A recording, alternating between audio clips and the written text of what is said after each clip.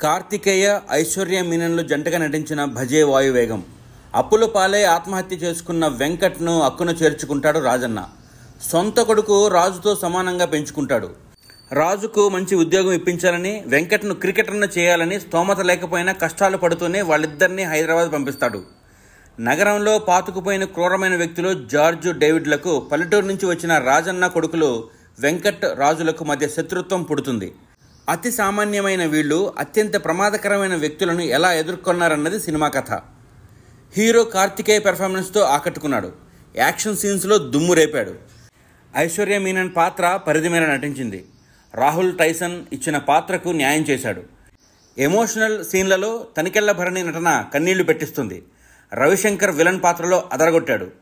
అంతా బాగున్నా కొన్ని లాజిక్స్ మిస్ అవ్వడం సినిమాకు మైనస్గా మారింది. ట్విస్టులు కూడా ప్రెడిక్టబుల్గా ఉన్నాయి. దాదాపు అన్ని సీక్వెన్స్లు, బ్లాక్స్ తేలిపోయాయి. దర్శకుడు ప్రశాంత్ రెడ్డి టేకింగ్ బాగుంది, కానీ కథలో లోపాలతో సినిమా యావరేజ్ మార్కును దాటలేకపోయింది.